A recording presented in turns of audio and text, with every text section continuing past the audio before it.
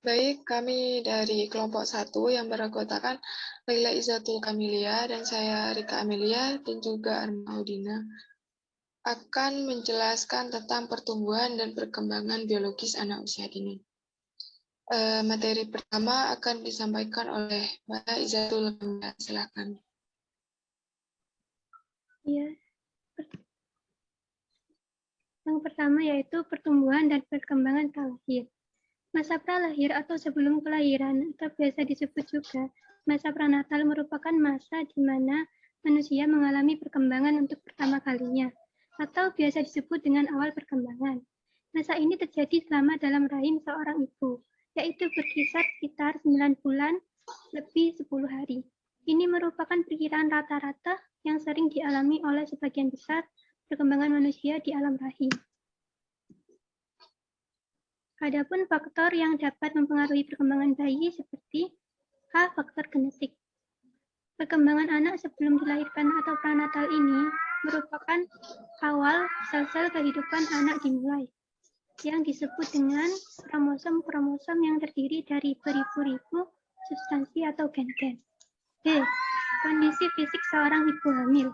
Di dalam rahim seorang ibu hamil dapat dipastikan mendapatkan perlindungan yang aman dan nyaman bila dilihat sekilas oleh mata. Tetapi hal ini tidak berlaku bagi seorang ibu hamil yang memiliki riwayat penyakit serius dan biasanya tidak dimungkinkan untuk mengandung. Y. Pentingnya informasi kehamilan. Tentang perkembangan jalan bayi boleh sampai disepelekan begitu saja karena tidak semua bayi mengalami pertumbuhan yang sama.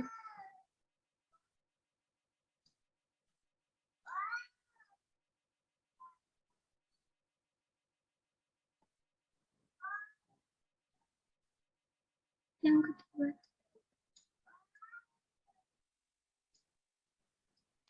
untuk materi yang kedua, pertumbuhan dan perkembangan pasca lahir. Pasca lahir atau biasa disebut postnatal adalah masa sesudah kelahiran atau masa di mana bayi sudah keluar dari dalam kandungan. Setelah bayi keluar dari kandungan akan mengalami perkembangan yang meliputi masa bayi, masa awal kanak-anak, masa pertengahan dan akhir anak-anak, masa remaja, masa awal dewasa, masa akhir dewasa, dan sampai tua. Adapun faktor yang mempengaruhi perkembangan pada masa pasca lahir atau postnatal diantaranya yaitu A. Pengetahuan ibu. Pengetahuan ibu merupakan salah satu faktor yang terpenting dan berpengaruh pada perkembangan anak.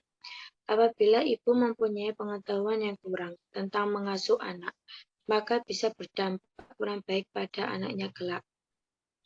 Tetapi sebaliknya, jika ibu pengetahuannya banyak atau mengerti tentang cara mengasuh anak yang sesuai dengan psikologi, maka pertumbuhan dan perkembangan anaknya kelak akan baik.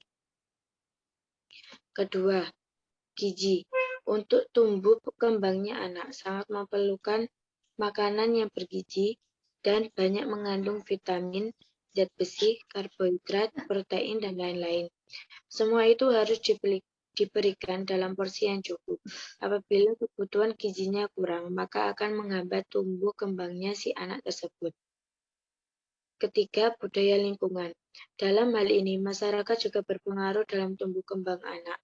Oleh karena itu, orang tua harus benar-benar memperhatikan pola hidup lingkungan sekitar agar anak tetap berada pola hidup yang sehat. Keempat, status sosial ekonomi. Status sosial ekonomi juga dapat mempengaruhi pertumbuhan dan perkembangan anak. Bila status ekonomi dalam keluarganya tinggi, maka kebutuhan si anak bisa cukup terpenuhi. Tetapi apabila status ekonomi keluarganya rendah, maka kebutuhan si anak belum bisa dikatakan cukup. Kelima, lingkungan fisik. Keadaan lingkungan yang kurang baik atau kurang sehat seperti kurangnya sinar matahari, kurangnya kebersihan, populasi udara yang terkena asap, itu semua akan berdampak pada anak.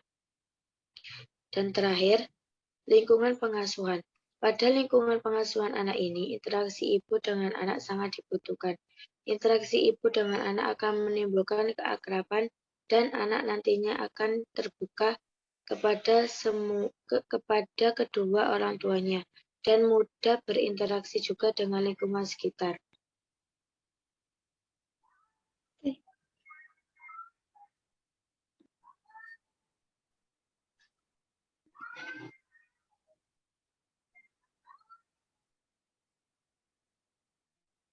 Tiga, upayakan dengan makanan halal dan thayyib atau baik untuk mewujudkan kearifan lokal wilayah timur.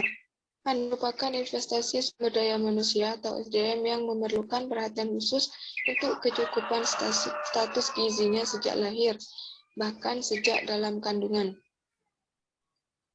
Untuk itu, orang tua atau calon pendidik, pihak yang terkait pendidikan prasekolah harus memahami tumbuh kembang anak usia dini yang bertujuan untuk membantu mengembangkan anak-anak secara optimal sesuai dengan potensi yang dimilikinya. Balita akan sehat jika sejak awal kehidupannya sudah diberi makanan halal, sehat dan seimbang sesuai kearifan lokal wilayah timur yang harus diberikan sejak sebelum masa konsepsi dan anak dalam kandungan sehingga kualitas SDM yang dihasilkan optimal. Zat gizi dari makanan merupakan sumber utama untuk memenuhi kebutuhan anak tumbuh kembang optimal sehingga dapat mencapai kesehatan yang paripurna, yaitu sehat fisik, sehat mental, dan sehat sosial. Baik, demikian penjelasan dari kelompok kami. Assalamualaikum warahmatullahi wabarakatuh.